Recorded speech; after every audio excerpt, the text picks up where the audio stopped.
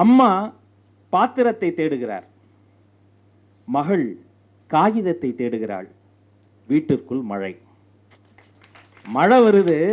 இப்போ அம்மா வயசுல இருக்கவங்க என்ன பண்றாங்க, பாத்திரத்தை தேடுறாங்க. இது தண்ணி ஒழுகுமோ, தண்ணியை பிடிச்சி வைக்கணுமோ.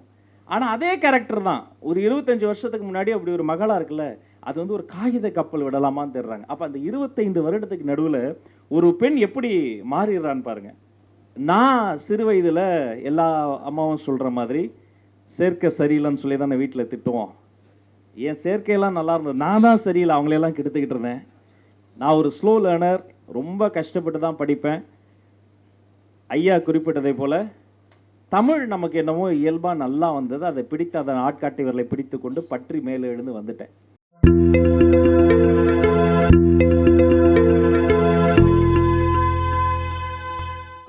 நான் அமைச்சரெல்லாம் இங்கே வரல. 5 ஆண்டுகளுக்கு முன்பு அங்கே நின்று அவுட்ஸ்டாண்டிங் ஸ்டூடெண்ட்டாக பார்வையாளராக வந்தேன். 4 ஆண்டுகளுக்கு முன்பு நடுவில் இடம் கிடைத்த ஒரு வாசகனாக வந்தேன். 3 ஆண்டுகளுக்கு முன்பு உங்களுக்கு கொஞ்சம் தெரிய ஆரம்பித்த ஒரு ஊடகவியலாளராக வந்தேன். 2 ஆண்டுகள் முன்பு இந்த மேடையின் தொகுப்பாளனாக வந்தேன். அந்த நிகழ்ச்சியில் முருகேஷ் அண்ணன் சொன்னார், இவர் பேசுவதை பார்த்தால் அடுத்த ஆண்டு கவிஞராகி விடுவார் என்ற. ஜஸ்ட் மிஸ் அமைச்சராகிவிட்டேன். யோசிச்சு பார்க்கிற அந்த ஜர்னி. யார் நல்ல கவிஞர்? நல்ல கவிதைகளை எழுதுபவர் மட்டுமல்ல, நல்ல கவிஞர்களை உருவாக்குபவர் தான் சிறந்த கவிஞர். ஐயா அப்துல் ரகுமான் ஆக சிறந்த கவிஞர், தமிழினத்தினுடைய பொக்கிஷம். அவர் மறையல. நீங்க பேசுற ஒவ்வொருத்தருடைய பேச்சிலையும் அப்படியே அவர் நிழல் வருது. நீங்க ஒரு வரி சொல்லும் போது, ஒரு சொல் சொல்லும் போது டக்குன்னு அந்த ஒயிட் அண்ட் ஒயிட்ல அந்த ஒரு வெளிச்சமா கண்ணாடி குடுவைக்குள்ள ஒரு பார்வை வருமே, அது வருது. யாரோ ஒருத்தர் ஒரு நல்ல கவிதையை சொல்லி ரசிக்கும் போது கீழே இருந்து அருமை, சூப்பர் அப்படின்னு ஒன்று வருது இல்ல, அந்த ரசனைக்குள்ளால அவரினுடைய அந்த எழுத்தில் இருக்கிற காத்திரமும் மென்மையும் ஒன்றாக இருக்கக்கூடிய அந்த ரசவாதம் வருது. இந்த அரங்கம் அப்துல் ரகுமான் ஐயா அவர்களின் பேரில் ஒரு கவிதை தலைமுறையை பிரசவம் பார்த்திருக்கிற அரங்கம். இந்த தலை பிரசவம் முடித்த அத்தனை கவிஞர்களுக்கும் ஒரு அரங்கம் நிறைந்த கைத்தட்டலை நம்ம தரணும். பாராட்டுக்கள்.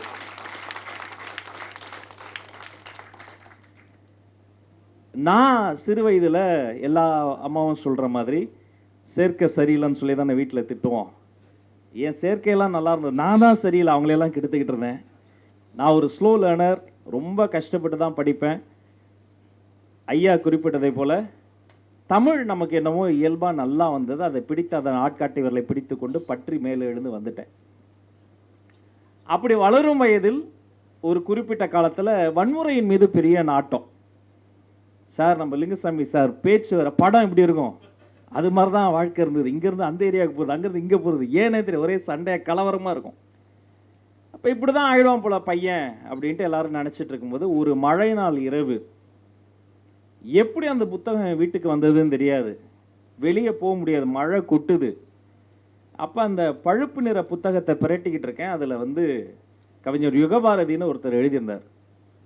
அதில் போட்டிருந்தது, அவர் 19 வயதில் இந்த புத்தகத்தை எழுதி ஒரு சிறந்த நூலுக்கான மாநில பரிசை வாங்கினது அதில் போட்டிருந்தா. நான் 19 வயசில் ஒரு பையன் எழுதி மாநில அளவில் பரிசு அப்படின்னு பிரட்டி பார்க்குறேன்.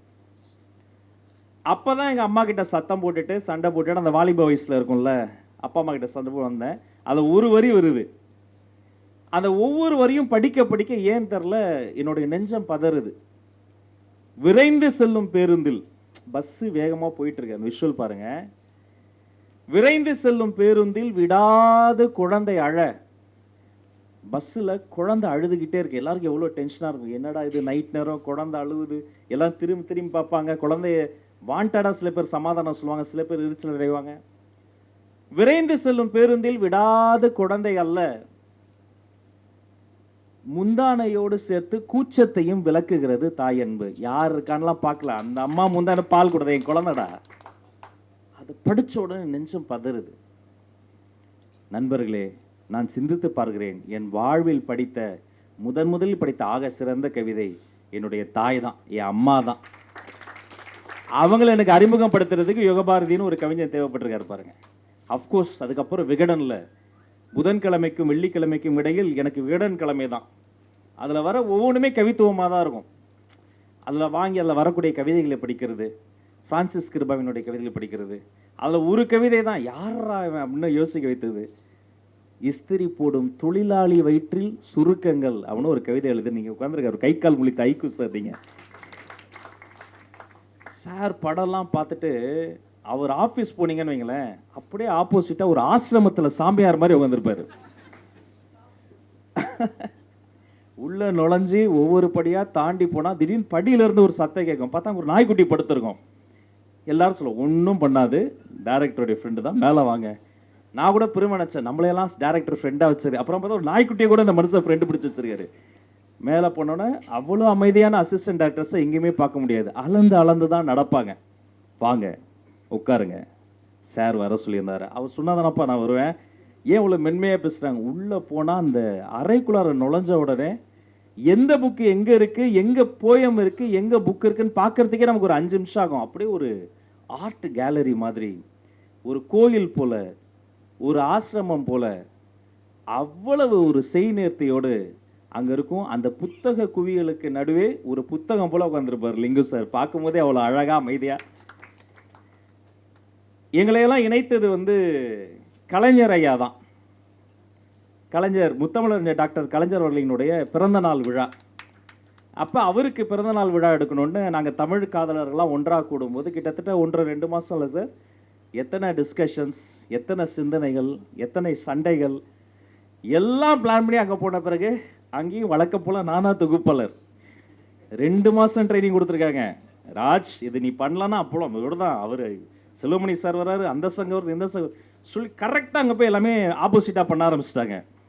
ஆனால் அதையும் இழுத்து பிடித்து அந்த மேடையில் எனக்கு தெரிஞ்ச ஒரு பெஸ்ட் ட்ரிபியூட் முத்தமிழறிஞர் கலைஞருக்கு நம்முடைய சினிமா இண்டஸ்ட்ரி பண்ண அந்த கலைஞர் 100 தான் என்பதை இந்த நேரத்தில் சொல்லிக்கணும். அப்படிதான் இவர்கள் அத்தனை பேருமே எனக்கு நெஞ்சுக்கு நெருக்கமாக பழக்கமானார்.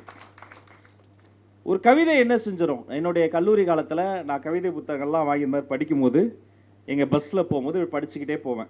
அப்போ ரொம்ப நாளாக என்னுடைய ஒரு டீச்சர் ஒருத்தங்க அப்படியே பார்த்துக்கிட்டே இருப்பாங்க. அப்புறம் சிரிச்சு கிட்ட கூப்பிட்டாங்க, தம்பி என்ன படிக்கிற அப்படின்னு. அந்த மாதிரி புக்கை காமிச்சேன்.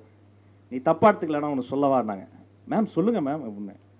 இல்லை இதுனா கவிதை புக்கா? ஆமாம் மேம். என்னப்பா மடக்கி மடக்கி எழுதி ஒரு லைனில் எழுதுறத 3 லைனில் எழுதி இவ்வளோ இடத்த வீணாக்கிட்டாங்களேப்பா, இதை உட்காந்து படிக்கிறியப்பா அப்படின்னாங்க. எனக்கு அப்போ தான் தெரிஞ்சது கவிதையை ரசிப்பதற்கு ஒரு கவிதை இருப்பதற்கு யார் தேவை? கவிஞர் மட்டுமல்ல, அந்த கவிதையை நல்லா ரசித்து உள்வாங்கக்கூடிய ஒரு தேர்ந்த வாசகனை தான் இந்த புத்தகம் நிறைய தேடிக்கொண்டே இருக்கிறது. ஒவ்வொரு கவிதைக்கும் தேவை கவிஞர் மட்டுமல்ல, உங்களை மாதிரி வாசகர்கள் தான். அதில் ஆண்டுதோறும் நம்மளை அசத்துற மாதிரி அத்தனை கவிதைகள் வரும். புத்தகம் வாங்கலைனாலும் பிரச்சனை இல்லை. எங்கள் அக்கா பர்வீன் சுல்தானா அதை 10 மேடையில் ஒரு பறவை அந்த இறையை தூக்கிட்டு போகிற உலகம் முழுக்க கொண்டு போய் சேர்த்துருவாங்க எங்கள் அக்கா. இந்த ஆண்டு எனக்கு பிடிஎஃப்லேயே அனுப்பிச்சாங்க. எத்தனையோ கவிதைகள் அவர் சொன்ன மாதிரி பரிசு வென்ற கவிதைகள்லாம் இருந்தாலும் சில கவிதைகளில் நான் ஆரம்பத்திலே சொன்ன மாதிரி என்னுடைய அம்மாவை, என் மனைவியை, என் அக்காவை, என் வாழ்வில் பார்த்த என்னுடைய பெண்களை சில கவிதைகள் அடையாளம் கண்டன. அதில் ரொம்ப அழகான கவிதை, இதை நான் வாசிக்க ஆசைப்படுறேன். அம்மா பாத்திரத்தை தேடுகிறார், மகள் காகிதத்தை தேடுகிறாள், வீட்டிற்குள் மழை. மழை வருது. இப்போ அம்மா வயசில் இருக்கவங்க என்ன பண்ணுறாங்க, பாத்திரத்தை தேடுறாங்க. இது தண்ணி ஒழுகுமோ, தண்ணியை பிடிச்சி வைக்கணுமோ. ஆனால் அதே கேரக்டர் தான் ஒரு 25 வருஷத்துக்கு முன்னாடி அப்படி ஒரு மகளாக இருக்குல்ல, அது ஒரு காகித கப்பல் விடலாமான்னு தேடுறாங்க. அப்போ அந்த 25 வருடத்துக்கு நடுவில் ஒரு பெண் எப்படி மாறிடுறான்னு பாருங்க. இன்னொரு கவிதை, இதையும் படித்தப்ப டக்குன்னு மனசுக்குள்ள ஒட்டிக்கிச்சு. காவலர் தடுக்கிறார். அங்கே இருக்கக்கூடிய ஒரு செக்யூரிட்டி இப்படிலாம் பண்ணக்கூடாது தடுக்கிறாங்க. காவலர் தடுக்கிறார். பூங்கா ஊஞ்சலில் அம்மாக்கள் குழந்தையாவதை. அந்த பூங்காவும் அந்த ஊஞ்சலும் குழந்தைகள் விளையாடாதான். ஆனால் ஒரு ஊஞ்சலை பார்த்தோம் நாம கூட அப்படியே போயிடுவோம். ஆனால் ஒரு பெண் அந்த ஒரு ஊஞ்சலை பார்த்தோம் தான் அம்மாங்கிறத மறந்து, தான் டீச்சருங்கிறத மறந்து, தனக்கு இத்தனை வயதானதை மறந்து அந்த ஊஞ்சலில் உட்காந்து ஒரு மெல்லிய சிரிப்போடு முன்னேற்றி வேர்வை மறைய அப்படியே அதில் ஆடுகிற பொழுது அந்த ஒரு தாய் அப்படியே குழந்தையாரா பாருங்க. அதை போய் ஏன்டா தடுக்கிற அப்படின்னு சொல்றதுக்கு ஒரு கவிஞன் வேணும் சார். இந்த உலகத்தில் இப்படி ஒரு கவிஞன் வேணும். பல நல்ல பாடகிகள் இப்போ இந்த வாரத்தில் சரிகமப்பா ஃபைனல்ஸ் இருக்குன்றாங்க. பல நல்ல பாடகிகள் பாடிக்கொண்டுதான் இருக்கிறார்கள் சமையலறை மேடையில். இன்னைக்கு எங்க பார்த்தாலும் டிவி ஓடுது, பாட்காஸ்ட்ல இருந்து தான் அந்த குழந்தையை கண்டுபிடிச்சிருக்கிறாங்க. லிங்கு சாருடைய குழந்தையே நாங்கள் ஒர்க் பண்ண படங்களை ஒர்க் பண்ணோம், அருமையாக பேசுவாங்க. அவங்களே ஒரு சிறந்த ஆர்ஜே. இவங்க எல்லாரையும் விட ஏதோ ஒரு சமையல் அறையில் அந்த பரபரப்புக்கு நடுவில் ரொம்ப சாதாரணமாக ஒரு சன்ன குரலில் யாரோ ஒரு அம்மா பாடுவாங்கல்ல, காதோடு தான் நான் பாடுவேன், மனதோடு தான் நான் பேசுவேன், விடியோடு தான் விளையாடுவேன், உன் மடி மீது தான் கண் மூடுவேன்ட்டு அங்கே சமையல் செஞ்சுக்கிட்டு இருப்பாங்க. அந்த சத்தத்தை அந்த சமையல் அறையில் நீங்கள் கேட்டிங்கன்னா என்ன சார் சங்கீதம், எத்தனை நல்ல பாடகிகள் அந்த சமையல் அறைக்குள்ளேயே முடக்கப்பட்டிருக்கிறாங்க. இப்போ இந்த வாழ்வியலை, இந்த உணர்வுகளை பதிவு செய்ய ஒரு நுணுக்கமான ஒரு கலைஞன் தேவைப்படுகிறான். அவன் தான் கவிஞன். இந்த கவிஞர்கள் இல்லைன்னா பல குழந்தைகள் வன்முறை பாதையிலிருந்து விடுபட்டிருக்க முடியாது. நான் உட்பட நான் படித்த கவிதைகள் தான், நான் சந்தித்த கவிஞர்கள் தான், அவர்கள் கொடுத்த அந்த பாதையில் தான் நான் வன்முறையிலிருந்து விலகி நல்ல பாதைக்கு வந்தேன். வாழ்நாள் முழுக்க அதுக்கப்புறம் எங்கே கவிதை கூட்டம் நடந்தாலும் போக ஆரம்பிச்சிடுறேன். கவிதை போட்டிகளில் பங்கெடுக்கிறேன், பேச்சு போட்டிகளில் பங்கெடுக்கிறேன். கடைசி பெஞ்சில் உட்காந்துட்டு என்ன பண்ணுறதுனே தெரியாமல் யோசிக்கிட்டு இருந்த குழந்தை இப்படி சின்ன சின்ன போட்டிகளில் பங்கெடுக்க ஆரம்பித்தேன். இவங்க தந்தாங்களே பரிசு, இந்த ஒரு பரிசு என்ன செய்துவிடும், நம்ம இன்னும் உடைக்க தூண்டும், உங்களை நம்ப சொல்லும். ஏன் ஓடுறோம், எதுக்கு ஓடுறோன்னே தெரியாமல் வேர்வை சிந்தி ஓடிக்கிட்டே இருக்குமே, கொஞ்சம் நில்லு, இலைப்பார், இந்த தண்ணி குடி, வேர்வையெல்லாம் தொடச்சி விட்டு ஒரு முத்தம் கொடுத்து இன்னும் வேகமாக ஓடு, உன்னால் முடியும்னு உங்களுக்கு தருகிற ஒரு முத்தம் தான் இங்கே கிடைக்கிற பரிசு. என் வாழ்நாள் முழுக்க இப்படி கிடைத்த பரிசுகள் தான் மெல்ல என்னை ஓட வச்சு அப்புறம் விஜய் டிவியில் தமிழ் பேச்சங்கள் முச்சுன்னு ஒரு நிகழ்ச்சி, அதில் மெத்த படித்த மேதாவிகளும் தமிழ் புலவர்களும் அவர்களுக்கு பாடம் எடுக்கும் பேராசிரியரும் கலந்துக்கிட்டாங்க. ஒரு சாதாரண ஒரு சத்துவ அமைப்பாளரினுடைய ஒரு மகன் என்ன பண்ணுவோன்னு ஏது பண்ணுவோன்னு தெரியாமல் தமிழை மட்டும் நம்பி கொண்டிருந்தவன் அத்தனை சிறந்த பேச்சாளர்கள் அதில் பங்கெடுத்தாங்க. அத்தனை பேரோடும் போட்டியிட்டு அத்தனை பேரையும் தோற்கடித்த தமிழ்நாட்டின் தலை சிறந்த பேச்சாளர் என்ற டைட்டில் வின்னராய் வந்தேன் என்பதை பணிவோடு இந்த சபையில் தெரிவித்துக் கொள்கிறேன். அப்போ என்னன்னா, ஒரு சின்ன பரிசு, ஏதோ ஒரு சின்ன மேடை, ஒரு வரி, ஒரு கவிதை, ஒரு புத்தகம், ஒரு குழந்தையினுடைய வாழ்க்கையே புரட்டி போட்டுரும். பள்ளிக்கல்வி அமைச்சராக நான் இங்கே வரல, இருந்தாலும் அதை நான் டச் பண்ணாமல் இருக்க முடியாது. எத்தனை பள்ளிக்கூடங்கள் வந்து நம்ம போய் பார்க்கிற பொழுது அங்கே முதல் பரிசு வாங்குற, முதல் மதிப்பெண் வாங்குற குழந்தை எல்லாருக்கும் ஃபேவரட்டாக இருப்பான், டீச்சர்ஸ் ஃபேவரட்டாக இருப்பான். நான் என்னுடைய டீச்சர்ஸ்க்கெலாம் பார்க்கும்போது நான் சொல்லிக்கிட்டு இருக்கிறது அதுதான், அவனை விட்டுருங்க, அவன் வந்துடுவான், அந்த குழந்தை ஜெயிச்சிடும். ஆனால் யாரோ ஒருத்தி தன் வேகத்தில் கற்கும் குழந்தை, ஸ்லோ லேர்னர் கூட சொல்ல மாட்டேன், தன் சொந்த வேகத்தில் கற்கும் குழந்தை, அப்படிப்பட்ட ஒரு குழந்தைய பார்த்தீங்கன்னா அது வேற யாரும் கிடையாது, அந்த குழந்தை தான் இந்த அமைச்சர். அந்த குழந்தைய விட்டுறாதீங்க, இன்க்ளூசிவாக சேர்த்துக்கங்க, அதுக்கு புரிகிற வேகத்தில் சொல்லிக் கொடுங்க. அதுக்கு என்ன பண்ணுறதுன்னு தெரியாமல் கொஞ்சம் கோபமாக பேசும், எடுத்தெறிஞ்சு பேசும், உங்ககிட்ட சரியாக கோஆப்ரேட், கவலைப்படாதீங்க. அந்த குழந்தைக்கு எந்த வேகத்தில் சொன்னால் புரியுமோ, எந்த மொழியில் சொன்னால் புரியுமோ அந்த அன்பு மொழியில் சொல்லுங்கள். அதுக்கு ஓவியத்தை அறிமுகப்படுத்துங்க, ஒரு காவியத்தை அறிமுகப்படுத்துங்க, முடிந்தால் ஒரு கவிதை புத்தகத்தை பரிசீலியுங்கள். யாருக்கு தெரியும், அடுத்த ஆண்டு நமது கவிதை போட்டியில் வெல்லக்கூடிய குழந்தை என்னுடைய அரசு பள்ளியில் இருந்து கூட படித்து வரக்கூடிய ஒரு குழந்தையாக கூட இருக்க வேண்டும் என்று நான் ஆசைப்படுகிறேன். இங்கே இருக்கிற ஒவ்வொரு கவிஞருமே பெரிய சாதனையாளர்கள் தான். அண்ணன் சொன்ன மாதிரி முதல் பரிசு, 2ஆம் பரிசு, 3ஆம் 1, 2, 3லலாம் எனக்கு பெரிய நம்பிக்கை இல்லை. அதுக்காக அவர்களும் பெரிய சாதனைகள் இல்லை நான் சொல்ல வரல. ஒரு கவிதை எழுதுவதே சாதனை தான். இதே மாதிரி ஒரு நிகழ்ச்சியில், எங்களுடைய கட்சி நிகழ்ச்சியில் அவசரமாக ஒரு நிகழ்ச்சி ஏற்பாடு பண்ணிக்கிட்டு இருந்தோம். அப்போ இது மாதிரி ஒரு போடியம்லாம் ரெடி பண்ணிக்கிட்டு இருந்தோம். அந்த அலங்காரம்லாம் பண்ணி போடியமில் வழக்கமாக சில விஷயங்கள்லாம் வைப்போம், அதை பண்ணிக்கிட்டே இருந்தோம். டக்குன்னு தலைவர் வந்துட்டார். அந்த இடத்துல நான் சில விஷயங்கள் எதிர்பார்ப்பேன், அதை வந்து பண்ணலை. அப்போ பரபரப்பாக இருக்கு. நான் சொன்னேன், சரி விடுடா, நான் பார்த்துக்கிறேன், இருக்கிறத நான் பார்த்துக்கிறேன், இல்லைன்னா இதை பண்ணிடுவோம் விடுறா, இது யாருக்கு தெரிய போகுது, யாருக்கும் தெரியாது, விடு நான் பார்த்துக்கிறேன்ட்டோன்னே என் கூட இருந்த ஒரு தம்பி சொன்னான், அண்ணா எனக்கு தெரியுமேண்ணா நான் என் வேலையை சரியாக செய்யலைண்ணா, நான் பண்ணிடுறேன், எனக்கு ஒரு நிமிஷம் கூட நான் சரியாக பண்ணேன். அது மாதிரி நீங்கள் கவிஞன் என்பது யாருக்கும் காட்ட வேண்டாம், உங்களுக்கு தெரியுமே நீங்கள் கவிஞன் என்று, உங்களுக்கு தெரியுமே அதுதான் சிறந்த கவிதைன்னு. அதை எழுதுங்கள், கொண்டாடுங்கள். இவரெல்லாம் பத்தாது, ஒரு சிவகுமார் சார்லாம் பத்தாது, இவரை கொண்டாடுங்க. இவரை மாதிரி இன்னும் 10 சிவகுமார் வேணும், 15 லிங்கு சார் வேணும், நிறைய பிருந்தா சார் வேணும், நிறைய முருகதாஸ் சார் மாதிரி சார்கள் வேணும். இவர்களுக்கெல்லாம் கவிஞர்களை உருவாக்கிய அப்துல் ரஹ்மான் மாதிரியான ஒரு பெரிய ஐகான் வேணும். அவரை கொண்டாட இன்னும் நிறைய அடுத்த நிகழ்ச்சிலாம் நேரு ஸ்டேடியத்தில் வேணா சொல்லுங்க, ஏற்பாடு பண்ணி தரேன். நிறைய அரங்கம், நிறைய உங்களை மாதிரி கவிஞர்கள் வேணும், கவிதை ரசிகர்கள் வேணும். அந்த நிகழ்ச்சியிலையும் அமைச்சராக ஒரு பார்வையாளரை என்னை நீங்கள் அழைக்க வேண்டும் என்று சொல்லி வாழ்த்தி விடைபெறுகிறேன். அத்துணை பேருக்கும் வாழ்த்துக்கள், வணக்கங்கள். அமைச்சரிடமிருந்து சிறப்பு பிரதிகள் பெறுவதற்கு சிலரை அழைக்கிறேன். அவர்கள் மேடைக்கு, அப்துல் ரஹ்மான் அவர்களுடைய மகளும் மருமகனும் இப்போது மேடைக்கு வந்து சிறப்பு பிரதியை பெற்றுக்கொள்ளலாம்.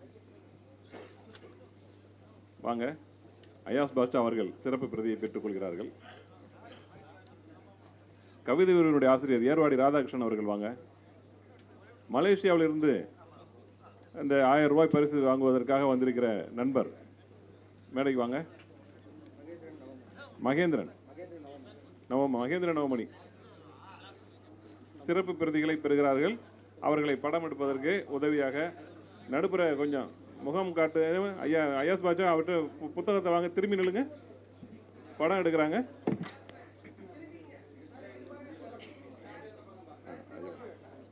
ஒரே நிமிஷம் போட்டோ அவங்க போட்டோ.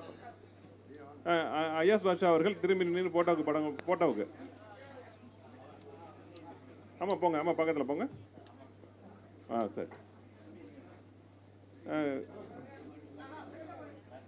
அப்துல் ரஹ்மான் அவர்களுடைய குடும்பத்தினர் பெற்றுக்கொள்கிறார்கள். கவிக்கோவினுடைய குடும்பத்தினர். ஹைக்கு கவிதை வந்து சங்க பாடலும் ஹைக்கு கவிதையும் என்று அற்புதமான ஆய்வு நூலை எழுதிய ராமகுருநாதன் அவர்களை மேடைக்கு அழைக்கிறேன். ஹைக்கு கவிதையில் ஆய்வு செய்த பிரேமா கிருஷ்ணி அவர்களை மேடைக்கு அழைக்கிறேன். இதை வர சொல்றேன். சிறப்பு பிரதி பெறுவதற்கு நண்பர் வீரபாண்டியன் அவர்களை மேடைக்கு அழைக்கிறேன். ஒவ்வொருத்தரா படம் எடுத்துக்கலாம். கொஞ்சம் பொறுமையா இருங்க. மேடைக்கு வந்துட்டு சொல்லுங்க.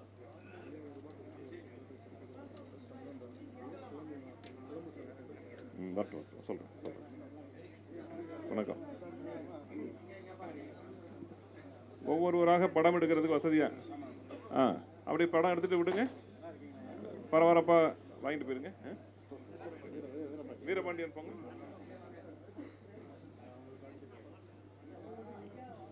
ஏர்வாடியார் அவர்கள் பெற்றுக்கொள்கிறார்கள். ராமகுருநாதன் சார் சங்க பாடலும் ஹைக்கு கவிதையும் என்று ஆய்வு செய்தார். ஒரே படத்தில் கொடுத்துருங்க.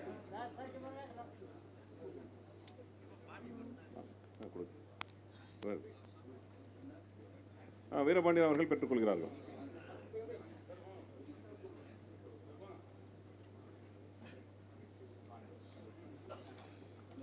சிலர் வந்து இந்த 5000 ரூபாய் பரிசு 5000 ரூபாய் கொடுத்து பெற்றுக்கொண்ட வீரபாண்டியன் அவர்களுக்கு நன்றி. 10000 ரூபாய் தமிழன் ராகுல் அவர்கள் வாங்க. கொஞ்சம் வாங்க. இதில் போதும் நிப்பாட்டுங்க. இல்லை புத்தகம் தீர்ந்துருச்சு. புத்தகம் இல்லை. அடுத்தது தமிழன் ராகுல் இங்கே வந்துட்டாங்களா? தமிழன் ராகுல் காந்தி வந்து சிலம்பொலி செல்லப்பன் அவருடைய பேரன். ஆமாம் வாங்க.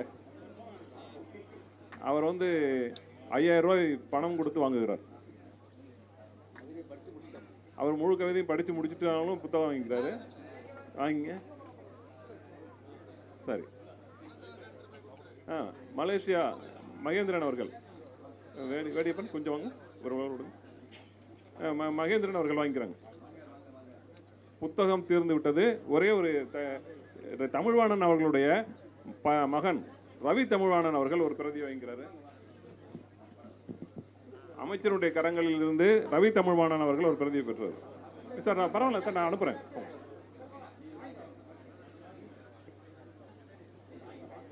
ஓகே வந்துருங்க.